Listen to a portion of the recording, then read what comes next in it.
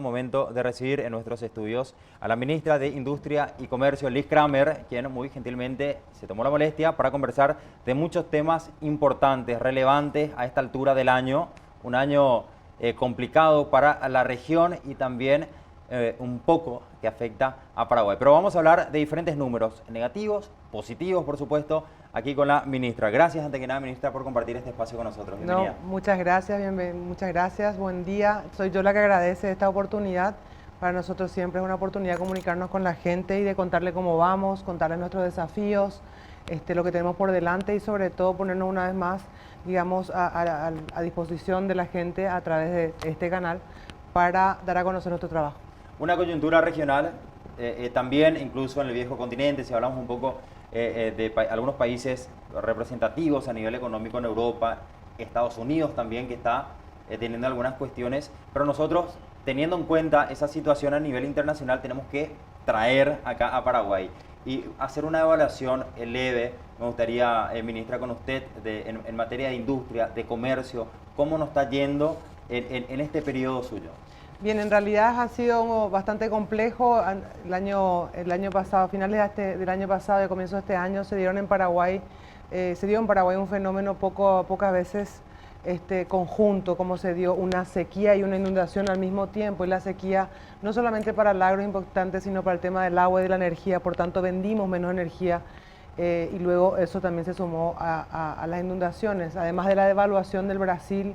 Perdón, de la devaluación de la Argentina, mejor dicho, sobre todo, y la crisis en el Brasil durante mucho tiempo repercutió muchísimo a nivel regional e internacionalmente en los precios de los commodities. Así que tuvimos, como dice el presidente del Banco Central, una tormenta perfecta, bastante compleja, y los motores de la economía paraguaya, que están todavía muy basados en el sector primario y manufactura de origen agrario inclusive, se vieron afectados igual que la energía por estos fenómenos. Pero eso en el contexto regional. Paraguay, por su parte, gracias al buen trabajo macroeconómico, digamos, pudo resistir los embates comparativamente con lo que serían nuestros países vecinos, que realmente devaluaron de una manera muy abrupta, y eso fue significativo. Para Paraguay, para las industrias, sobre todo aquellas que dependían mucho del mercado argentino, fue realmente sumamente difícil. Ya a finales del año pasado, todas aquellas industrias paraguayas que tenían el mercado argentino como principal, inclusive el mercado brasileño, si fuese de consumo, estaban muy golpeadas. Y la devaluación además ha hecho, digamos, muchísima presión sobre el contrabando, tanto que tiempo atrás la unidad interinstitucional anticontrabando no estaba ni siquiera activa. Existía como tal, pero no estaba activa porque evidentemente no había tanta presión por el factor cambiario, y sin embargo nos tocó, digamos, una ola muchísimo más fuerte, y en este momento estamos en pleno con eso. Pero mismo así hay gente que ha apostado y que sigue apostando al Paraguay. Nosotros mismos, con el gobierno, con los 1.500 millones de dólares que invirtió y está invirtiendo en diferentes canales para inyectar ese dinero a la economía a través de obras públicas principalmente. Ha sido el comienzo de semestre también complejo para que ese dinero pueda entrar, tanto por las licitaciones como por el inicio de obras. No obstante, ahora ya están, digamos, todas activas, y esperamos que ya empiece a permear esa economía, digamos, ese ingreso a la economía. Y empresas que han apostado al Paraguay y que siguen apostando, nosotros tenemos en el Ministerio, digamos, la Ley 6090, tenemos mecanismos de atracción de inversiones que pasan por nuestras manos, por un consejo de inversión.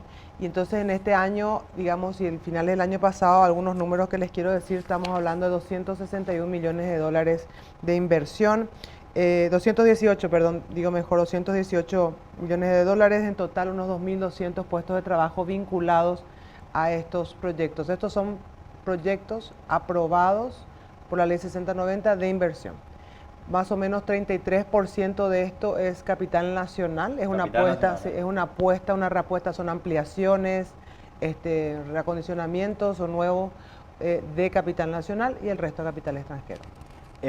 Dentro de todo eso, justamente, me gustaría hacerle la consulta en relación a la planificación. Uno hace una planificación, tienen objetivos así muy relevantes, por frentes donde atacar efectivamente. Se cumplieron, ministra, la mayoría. Hay algunos que van a tener que efectivamente cumplirse en este periodo. ¿Está satisfecha dentro de todo con lo expuesto que estaba mencionando acerca de la crisis? Dentro de los principales, al menos que se han trazado en su cartera, ¿está satisfecha? ¿Hubo algunas cuestiones que de repente salieron y que se le escaparon de las manos? Nunca voy a estar satisfecha porque creo que hay demasiado por hacer y realmente nos faltan horas y días para poder hacer todo lo que queremos, y digamos, la velocidad de lo que se viene todo el tiempo es fuertísima. Entonces es como de repente te agarra una angustia de querer hacer más con el tiempo. Nosotros tenemos 6 ejes estratégicos. Tenemos en primer lugar un eje que es el fortalecimiento de la industria local ya instalada y ver la competitividad sector por sector.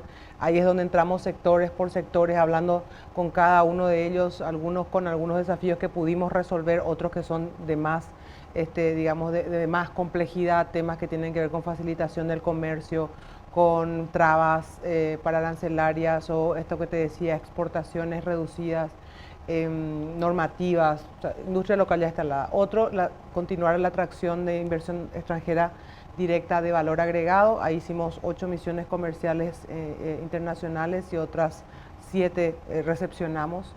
Me estoy refiriendo a varios países europeos y latinoamericanos que recepcionamos también y gestionamos tanto ruedas de negocios para presentación de inversiones. El tercer eje es la diversificación de las exportaciones, y ahí para mí estoy muy satisfecha de poder haber relanzado Rediex con una nueva estructura, con una nueva fuerza, con 8 sectores de los cuales les puedo hablar enseguida, que son, digamos, a los que apostamos fuertemente para diversificar nuestras exportaciones. El cuarto eje es el de MIPYMES. Nosotros tenemos el viceministerio de MIPYMES. Ahí lanzamos el Plan Nacional de MIPYMES, hicimos el foro, le dimos estructura al viceministerio, le dotamos de gente, se armó el plan, se lanzó la Dirección Nacional del Emprendedurismo. O sea, esos son todos resultados de procesos, realmente, digamos, conquistas que hacen que uno pueda tener las condiciones para tener un mejor trabajo. Son unas 3.400 nuevas MIPYMES ceduladas, pero tendríamos que tener a esta altura 33 o 35.000. Entonces, buscando la sinergia entre las instituciones a nivel tecnológico para poder reducir costos, reducir trámites y ser más eficiente en el servicio. Eso es más o menos en el área de MIPYMES. En el quinto, como es en tema de emprendedurismo, te hablé de que creamos la DINAEM. También apoyamos todo lo que tiene que ver con Innova Paraguay, y ahora estamos ayudando y fortaleciendo lo que va a ser la creación de la Agenda Nacional de Innovación, junto con este grupo público-privado, privado-público de Innova Paraguay. Y por último, la facilitación del comercio y el fortalecimiento del sector servicios. En cuanto al comercio, estamos muy orgullosos de haber sido parte y contribuido al cierre de los 2 acuerdos más importantes que ha firmado Paraguay en los últimos años. El acuerdo con la Unión Europea es un acuerdo que después de 20 años se logró realmente una sinergia, una alineación de planetas en ese sentido. El acuerdo con la Unión Europea Mercosur es para Paraguay, marca un norte en cuanto a hacia dónde irán o podrán ir nuestras exportaciones, y hacia dónde tendría que ir el estándar de nuestros productos para poder ingresar a un mercado, a un comercio bilateral de $1.000 millones en realidad. EFTA, un mercado que tiene a Noruega, Suiza, Liechtenstein y Islandia, es otro acuerdo que ya se terminó. De todos esos países, Suiza creo es el más significativo para Paraguay, por algún datos varios, pero uno en particular. Nosotros ya le vendemos hoy carne a Suiza, nos paga muy bien, y con este acuerdo el importador suizo va a dejar de pagar paulatinamente, hasta que se entre en vigor en realidad, va a dejar de pagar impuestos, va a dejar de pagar aranceles. Entonces se vuelve aún mucho más competitiva nuestra carne. Competimos obviamente con nuestros vecinos, así que hay que hacer un trabajo importante para fortalecerlo ahí y seguir en un buen lugar de ventas. Estamos en negociaciones con Corea, negociaciones con Canadá y con Singapur. Eso es en cuanto a comercio exterior. Y lanzamos también el Plan Nacional de Servicios. Estamos con una mirada, una hoja de ruta marcada hacia cómo fortalecer este sector que ya es 45%, digamos, tiene un 45% de crecimiento y que tiene tantas posibilidades, donde tenemos muy claro que los acuerdos bilaterales de doble tributación son el puntapié siguiente, o mejor dicho, son el paso siguiente para su despegue. Eso serían como el repaso de los grandes temas, amén de lo que es casero, ¿no? Lo que es casero es reestructurar el MIC, la parte organigramas, planes estratégicos institucionales, el talento humano, cómo vamos por casa en infraestructura, que hay mucho trabajo ahí, vamos hacia papel cero, tecnología, esas son ya cosas más de entre casa, pero que nos van a ayudar a dar un mejor servicio. Nos puso al día prácticamente la ministra en puntos así relevantes, importantes, que marcan un poco el camino de nuestro país en una cartera más que importante. Ahora me gustaría ser un poco más preciso, ministra, en algunos temas particulares. Comercio fronterizo, por ejemplo, ¿cuáles son las acciones? Porque existen muchos reclamos por parte de Brasil, o sea, de la zona de Ciudad del Este, Alto Paraná en especial, con la frontera con Brasil, que se sienten avasallados, ha bajado mucho, según manifiestan ellos, y nosotros hacemos un seguimiento en una zona bastante importante para nuestro país. Es un tema que me encantaría que nos pueda dar su opinión, el tema de cuáles son las acciones concretas que van a hacer para luchar contra el contrabando, porque allí no solamente es una tarea del MIC, sino que de una fusión de diferentes instituciones, no está solamente en la responsabilidad suya, pero me parece importante también marcar una postura desde el ministerio, y mencionaba dentro de todo lo que nos estaba citando nuevos mercados y la refundación, entre comillas, de RDX, que me parece interesante, la representación de Paraguay al mundo, cómo nos ven de afuera, y después le voy a comentar algo acerca de un escrito muy interesante que hizo un periodista brasileño que hablaba de maravillas de nuestro país, pero que habla un poco acerca de algunas ventajas en algunos régimen de maquila, por ejemplo, y también de la 60-90 y otras cuestiones más que ofrecemos. Pero para ir por parte, haciendo un contexto, comercio fronterizo, la situación le voy a dar un repaso de todos esos temas de alguna manera. En realidad Paraguay tiene un desafío muy grande y hace mucho tiempo, y que se va complejizando aún más en todo lo que es la frontera, porque ese comercio, ese shopping, ese turismo, digamos, de compras, y vinculado principalmente a ese flujo comercial hacia el Brasil, hace que el cliente principal sea Brasil. Sí. Siempre ese comercio ocurrió porque Paraguay tenía menores impuestos que Brasil para productos importados, digamos, de extrazona, ¿sí? Y en ese sentido pasa sobre todo que Brasil está cambiando su modelo económico a un modelo mucho más aperturista, menos proteccionista, con el ministro Guedes y su equipo están hoy en una tesitura de inclusive bajar mucho más los impuestos, entonces sobre todo atendiendo a ciertos sectores. Entonces cuando un producto uno lo importa para venderlo a un tercero porque tenemos menos impuestos y ese tercero empieza a bajar, nosotros tenemos realmente poco margen digamos, de maniobra. Hemos bajado del 1,5 al 1%, digamos, el régimen de turismo prácticamente, para quienes están registrados ahí, pero es básicamente un 1% de arancel. Después se han tomado medidas para que sea entre los usuarios del régimen de turismo no paguen IVA. Se han tomado medidas como ese tipo de cosas, pero digamos que si tengo que ser honesta y mirar a largo plazo, nos preocupa muchísimo porque ese modelo de comercio, digamos, tiene que variar o tiene que cambiar, o tenemos que buscar cómo hacer para atraer otro tipo de clientela, a otro tipo de shopping, hotelería, turismo de alto, digamos, de mediano porte, digamos, turismo 3, 4 estrellas, con parques de atracciones o digamos, todo lo que tiene que ver con eventos y convenciones, deporte, etcétera. Reconvertir, digamos, el flujo, porque el turismo de compras per se tiene un margen que el cliente principal está bajando. Sí. Entonces, en ese sentido, por eso es tan importante la industrialización, por eso es tan importante llevar más, digamos, u otros tipos de servicios como el comercio hacia la frontera, porque hay que ocupar esa mano de obra al tiempo que se reconvierte el shopping a otro tipo de comercio, ¿no? Al tiempo que invierten también el sector privado en reacondicionar y atraer otro tipo de clientes que quede un tiempo más en la ciudad, una ciudad que tiene que estar adecuada, linda, limpia, agradable, se pueda circular, que tengas shoppings que ya han mejorado muchísimo. Quiero decir, yo empecé trabajando hace 15 años y ya muchísimo ha mejorado, pero para competir y atraer y retener un flujo turístico que deje más dinero en el Paraguay, tenemos que darle otros productos, no nos podemos quedar solo en la importación en el comercio de bienes importados. ¿Y a corto plazo? Y a corto plazo nosotros Brasil hizo una movida de bajar los aranceles de bienes de capital, a cero, los bienes de capital y productos electrónicos que sean intermediarios de procesos productivos, y nosotros reaccionamos enseguida también a cero. Pero ahí vamos porque ellos tenemos todavía unas diferencias en cuanto a unos impuestos que tienen a nivel estadual, como le dicen ellos, y a nivel local. Y ahí vamos con el Ministerio de Hacienda, con tributación, con el Viceministerio de Comercio, trabajando con la gente de Codeleste, mirando las medidas. Pero en general les digo que en Mercosur se está revisando el arancel externo común. Entonces, a corto plazo fueron esas medidas, por ejemplo, que hicimos. Salió otra de videojuegos y se hizo la comparación y estábamos todavía teníamos un margen. Y se van controlando. Les digo que estamos muy seguido mirando esas movidas, pero eso es muy cortoplacista, eso es muy reactivo y muy reaccionario. Muy cambiante. Muy cambiante. Y muy cambiante para abajo, o sea, con poco margen. Entonces,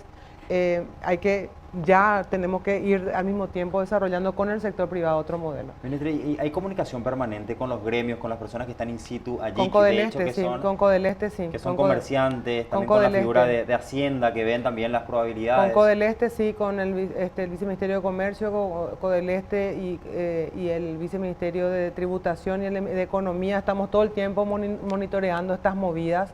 Hay también una realidad que cuando, digamos, los importadores de Ciudad del Este tienen una demanda en cuanto a una propuesta arancelaria distinta, mientras que los importadores de Asunción, por decirlo de alguna manera, tienen una visión completamente distinta. Entonces a nosotros nos toca de alguna manera congeniar esos intereses y entender cómo congeniarlos y cómo hacer que de alguna manera los intereses se vean equilibrados. Entonces ahí hay todo un sector muy fuerte de los importadores que ven con mucho, recelo lo que se haga para la frontera, mientras que la frontera siempre le parece poco y obviamente necesita más para poder competir con la realidad que tiene en ese momento. Entonces, en esa dificultad estamos como Paraguay no tiene una frontera entre un este y Asunción, entre Ciudad del Este y Asunción, eso necesariamente lo que uno acuerda lo hace para el territorio, salvo el régimen de turismo que se registra. Entonces ahí vamos, esa es la batalla diaria, por decirle, en el tema de comercio. Con relación a cómo nos ven en el mundo, sí, Paraguay tiene buenos números internacionales, seguimos a pesar de esta proyección a la baja que ha tenido el crecimiento.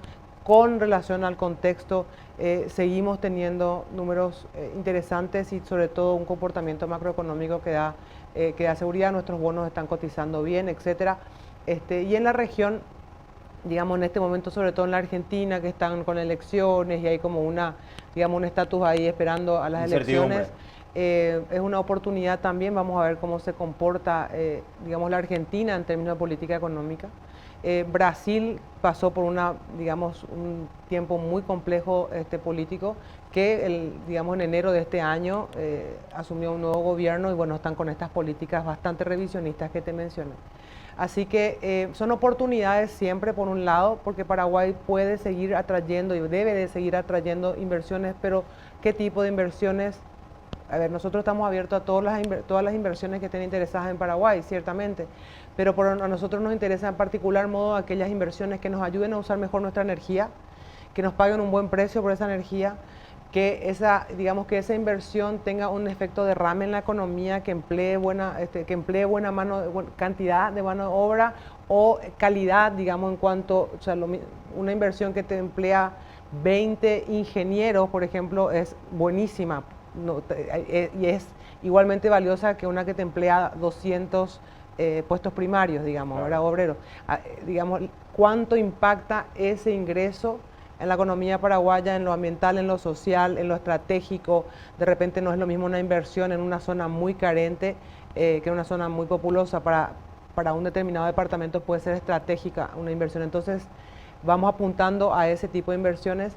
Vamos apuntando a inversiones también que nos ayuden a ser parte de la cadena de valor de grandes cadenas productivas. Sin duda las dos que tenemos más cercanas son Argentina y brasileña, y en cualquier encadenamiento productivo la logística es muy importante. Entonces tu territorio de por sí te marca de alguna manera una parte de tu campo de acción en cuanto a engancharte a cadenas, ¿no?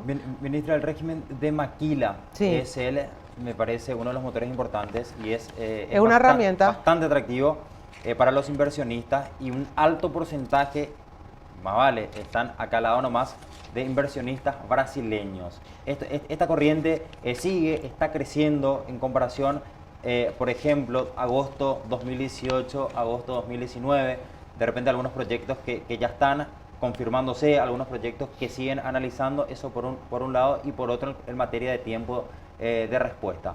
¿Cuánto tiempo tiene un inversionista para saber si efectivamente su proyecto va a correr o no? En realidad la parte del maquila pasa por un consejo del Consejo Nacional de CENIME, y realmente bastante, una vez que completaron todo lo que tienen que completar, tienen sus fechas que son cada 15 días, creo que es que se reúnen, y por lo general no hay mayor demora que eso. Este año tuvimos un crecimiento ya del 9% en cuanto a volumen de exportación en el régimen de maquila, son 298 millones, esto era los primeros 5 meses, ahora vamos ya por hemos superado esto. Y le diría que vamos a crecer este año en términos absolutos, tanto nominales como cantidad de empresas como total de exportaciones. Vamos a superar las cifras del año pasado. Hoy estamos con 192 empresas maquiladoras, de las cuales el 80% ciertamente están hacia el mercado brasileño, es decir, tienen el mercado brasileño como su mercado principal. Es una herramienta, la maquila es una herramienta del Paraguay, es una herramienta nuestra de atracción de inversiones, bastante atractiva, pero todos los países tenemos nuestros planes de atracción de inversiones, nuestras herramientas, y cada tantos años renegociamos esas herramientas de permitirnos. La maquila ha sido un suceso, tiene ya más de 20 años, pero ha sido en los últimos años que ha crecido muchísimo, y en el 2023 tenemos que revisarla con Mercosur, así como ellos tienen que revisar su ruta 2030 y otros incentivos que hay en Uruguay y en Argentina. ¿Le gustaría mejorar algo de lo yo que creo, tenemos? yo creo que bueno, la maquila es bastante abierta. Yo creo que tenemos que buscar cada vez más que la maquila, qué parte más de la producción se puede hacer en Paraguay. La maquila pues viene a traer una parte de la producción, entonces ver qué parte más de la producción se puede hacer en Paraguay, qué otros proveedores de origen nacional pueden proveerles, de manera que vayan sumando cada vez más el índice de contenido regional. Eso nos da holgura para poder, digamos, con un tiempo progresivo, digamos, ser solventes en nuestro crecimiento. Ministra, solo el punto, autopartes, está en plena negociación. Estamos en plena negociación con nuestros pares. Quiero explicar que el tema autopartes forma parte del tema automotriz. Autopartes es una parte, valga la redundancia, o la cacofonía, forma parte de un acuerdo automotriz. Paraguay no tiene un acuerdo automotriz. Automotriz hasta ahora no había estado dentro de Mercosur. Mercosur ha decidido meter el tema automotriz, después de 20 años ha decidido meterlo a Mercosur, debido sobre todo a las negociaciones internacionales que se han acordado, a las negociaciones que se vienen. Era, bueno, Mercosur, pongámonos a mirar cómo está esto, y de una visión muy proteccionista que tenían en su momento Brasil y Argentina. Por primera vez después de 20 años, repito, nos sentamos Mercosur dice, vamos a tocar este tema. Dentro de eso, todos los demás países tienen acuerdos bilaterales. Nosotros, el único país que no tenía ningún acuerdo era Paraguay, y están todos los países revisando sus acuerdos bilaterales, y Paraguay está proponiendo los acuerdos bilaterales. Vamos por segunda ronda de negociación. Hemos hablado con todas las partes afectadas, no es fácil, cada una de las partes afectadas en Paraguay son 4. Obviamente quiere, la mayor garantía para su sector. Son intereses complejos, y en esa mesa de negociación, junto con Relaciones Exteriores, vamos trabajando y esperamos poder cerrar en unas semanas más, en unos meses más, pero ojalá en breve, porque a nosotros nos importa poder darle cobertura legal apropiada y seguridad para todo el flujo comercial que ya existe, y obviamente atraer más. Teniendo en cuenta los frentes, ¿se podría llegar a un consenso, a un acuerdo? ¿Cada partes podrán sacar alguna que otra ventaja dentro de esta negociación? Eso es parte de la negociación. Estamos con las posiciones de negociación iniciales con todos los sectores. Me refiero a los sectores de Paraguay y obviamente también con nuestras contrapartes, ellos también tienen sus sectores interesados. Y ahí les quiero explicar, acá tenemos una industria automotriz incipiente, sin bien es duda, pero ya tenemos una industria automotriz, ya se ensamblan autos en Paraguay. Entonces tenemos que también velar no solo, digamos, por el futuro de esta, las autopartes en sí que tenemos forman parte de una cadena productiva brasileña, así que nosotros proponemos obviamente que nos permitan cada vez más también crecer en esa cadena productiva del sector. Queremos libre comercio con un índice de contenido al que podamos alcanzar. Y bueno, son, digamos, algunos de los temas, son 7 temas, son muy complejos y con gusto me explayo en otro momento, pero ahora les digo, en segunda ronda. Está complejo porque al mismo tiempo son 2 acuerdos. Con Uruguay todavía no lo tocamos, pero va a formar parte, no tenemos digamos, un flujo con Uruguay, entonces es Argentina y Brasil, y con Argentina una situación aún más particular porque se vienen las elecciones en octubre. Puede cambiar todo, sí. Así que estamos tratando de poder acordar en este tiempo, obviamente algo de mutuo beneficio. Ministra, nuevos mercados para nuestro país y rubros a incentivar, a motivar, a darle esa posibilidad finalmente de exportar, de conocer lo que significa. Bien. O de ampliar lo que ya tienen. ¿Cómo están trabajando en ese sentido? En este tiempo se han producido exportaciones nuevas, o sea, exportaciones que por primera vez entran a un determinado mercado, 25 nuevos mercados, ¿sí? Para el programa de diversificación de exportaciones es clave la reformulación de Rediex, eso es lo que hemos hecho, replantear Rediex, dotarle digamos, de la gente. Hemos formado 8 mesas o plataformas. Estas son alimentos y bebidas. Paraguay obviamente tiene esa vocación de productor de alimentos, pero cuanto obviamente más manufacturados aún mejor. Y ahí en alimentos y bebidas entran desde lácteos, yerba mate, bueno, té medicinales, en general todo lo que es alimento y bebidas genérico, a pesar de que carnes es la segunda plataforma, carnes y derivados, y en especial porque obviamente tenemos un grado de madurez más importante. El sector forestal y frutihortícola, el sector biocombustibles y energías renovables, químico farmacéutico, el sector servicios y economía creativa, textil y confecciones, y autopartes y ensamblaje. Esos son los, o mejor dicho, ensamblaje o industria o manufactura liviana. Esos sectores son los sectores que por distintos factores hemos escogido como potenciales. Te digo sectores en general porque alimentos y bebidas abarca muchísimo. Sí. Donde están, digamos, las principales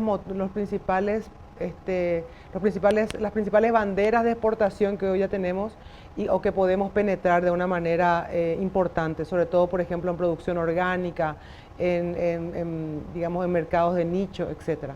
¿Qué mercados me decía? Además de los mercados que han estado abiertos todo este tiempo, estos acuerdos que mencioné antes son de especial significancia. Con Unión Europea conseguimos 10.000 toneladas libres de impuestos, cero arancel de azúcar orgánica, por ejemplo, cupos de ese tipo. Se han conseguido 99.000 cupos para 99.000 toneladas de carne para Mercosur. Ahora hay que distribuirse eso y así sucesivamente.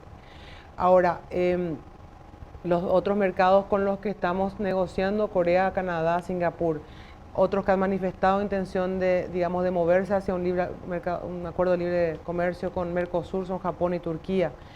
Además de esto, hemos hecho, digamos, las rondas de misiones comerciales, donde nosotros hacemos una presentación general del país, los empresarios sectoriales nos acompañan, se le prepara a ellos, de acuerdo a su interés, una agenda digamos, de promoción de sus sectores, y nosotros somos de soporte de los empresarios en estas jornadas, además de la presentación oficial. Así hemos hecho en Italia, en España, Francia, Brasil, Uruguay, Argentina, Taiwán. En Taiwán, por ejemplo, tuvimos una situación fantástica porque además de presentar el SENACSA, toda la documentación para la introducción de la carne porcina con muchísimo potencial en Taiwán, pudimos empujar también la firma del acuerdo, digo de una manera respetuosa, que pase por el Congreso ya un acuerdo que ahora se concretó y que le da cupos de 40.000 toneladas de azúcar orgánica. Arancel cero. Arancel cero. Entonces, pero además de eso, dentro de nuestra presentación de país, por ejemplo, tuvimos el gusto de conocer a, digamos, algunos empresarios y entre ellos dos ya vinieron, tres ya vinieron en realidad. Uno de ellos estuvo en estos días, es un empresario vinculado al sector automotivo eléctrico, de transporte público eléctrico. Él no sabía mucho de Paraguay, digamos, un empresario importante, vino con un equipo muy grande vinculado a Sumidenso Paraguay. Estuvieron ya recorriendo partners aquí, así que le tenemos fe a eso. Y así, para no, digamos, bombarles demasiado, pero digamos de cada uno de los sectores tenemos avances de procesos en estos viajes. En algunos casos estuvimos en Turquía, a la vuelta de Turquía ya hemos recibido 3 de estos empresarios a los que hemos visitado allá. Así que la cosa va, solo que hay que, digamos, redoblar esfuerzos para producir resultados más rápido porque las condiciones exigen que nos esforcemos mucho más para poder, digamos, contribuir a que se sienta esa reformulación, digamos, de todos los factores económicos, especialmente para un 2020 que esperamos el rebote necesario. Ministra, tenemos para hablar seguramente hasta el mediodía, rubro por rubro, sobre muchísimas acciones que se deberían hacer, que se están haciendo y las que se van a hacer indudablemente para todo el país. Pero por una cuestión de tiempo, me gustaría saber brevemente su opinión para lo que va a representar Anuga 2019. Va a contar con la presencia de Paraguay. Es la última pregunta que tenemos, al menos por ahora. Bueno, esa es la verdad que es una gran pregunta y feliz de responderla. Anuga, ¿qué es Anuga? Es la mayor feria de alimentos del mundo. Todo el mundo en un solo lugar. Se hace cada 2 años, es en Colonia y este año Paraguay es país socio. ¿Qué significa eso? Ha pasado un proceso de selección, ha sido escogido como país anfitrión, perdón, país socio, y toda la feria tiene a Paraguay como protagonista principal. Desde el ticket de entrada de la feria tiene la marca Paraguay. O sea, el nivel de exposición que va a tener Paraguay nunca antes lo tuvo. Es una inversión muy grande del sector privado, del público y obviamente en el público me refiero a todo lo que ello implica.